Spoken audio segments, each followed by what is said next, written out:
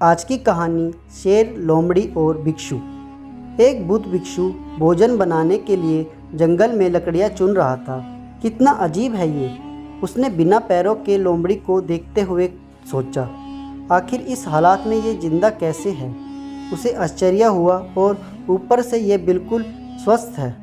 वह अपने ख्यालों में था कि अचानक चारों तरफ अफरा तफरी मचने लगी। जंगल का राजा शेर उस तरफ आ रहा था।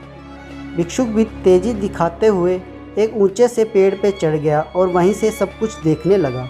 शेर ने एक हिरन का शिकार किया था और उसे अपने जबड़े में दबाकर लोमड़ी की तरफ बढ़ रहा था, पर उसने लोमड़ी पर हमला नहीं किया, बल्कि उसे भी खाने के लिए मांस के कुछ टुकड़े डाल दिए। ये तो घोर आश्चर्य है। शेर लोमड़ी को मारने की बजाय उसे भोजन दे रहा है। भिक्षु बुदबुदाया। उसे अपनी आंखों पर भरोसा नहीं हो रहा था, इसलिए वह अगले दिन फिर वहीं आया और छिपकर शेर का इंतजार करने लगा। आज भी वैसा ही हुआ। शेर ने अपने शिकार का कुछ हिस्सा लोमड़ी के सामने डाल दिया। यह भगवान के होने का प्रमाण है, भिक्षु ने अपने आप से कहा। वह जिसे पैदा करता है उसकी रोटी का इंतजाम भी कर देता है। आज से इस लोमड़ी की तरह मैं भी ऊपर वाले की दया पर जीऊँगा। ईश्वर मेरा भी भोजन की व्यवस्था करेंगे। और ऐसा सोचते हुए वह एक वीरान जगह पर जाकर एक पेड़ के नीचे बैठ गया। पहला दिन बीता पर कोई वहाँ पर नहीं आया। दूसरे दिन भी कुछ लोग उधर से गुजरे, पर उन्होंने उनकी तरफ ध्यान नहीं दिया। इधर बिना कुछ खाए पिए वह कमज़ोर होता जा रहा था। इसी तरह और कुछ दिन बीत गए। अब तो उसकी रही सही ताकत भी ख़त्म हो गई थी।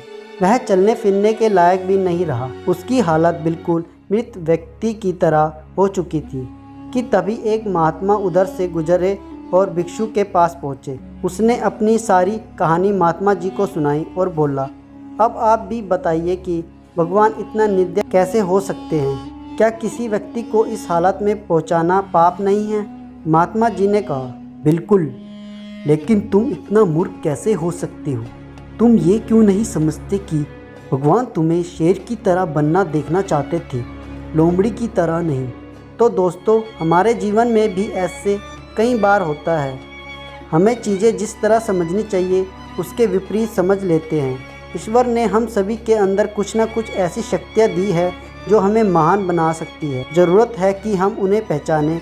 उस भिक्षु का सौभाग्य था कि उसकी गलती का एहसास कराने के लिए महात्मा जी मिल गए, पर हमें खुद भी चौकन्ना रहना चाहिए कि कहीं हम शेर की जगह लोमड़ी तो नहीं बन रहे। धन्यवाद।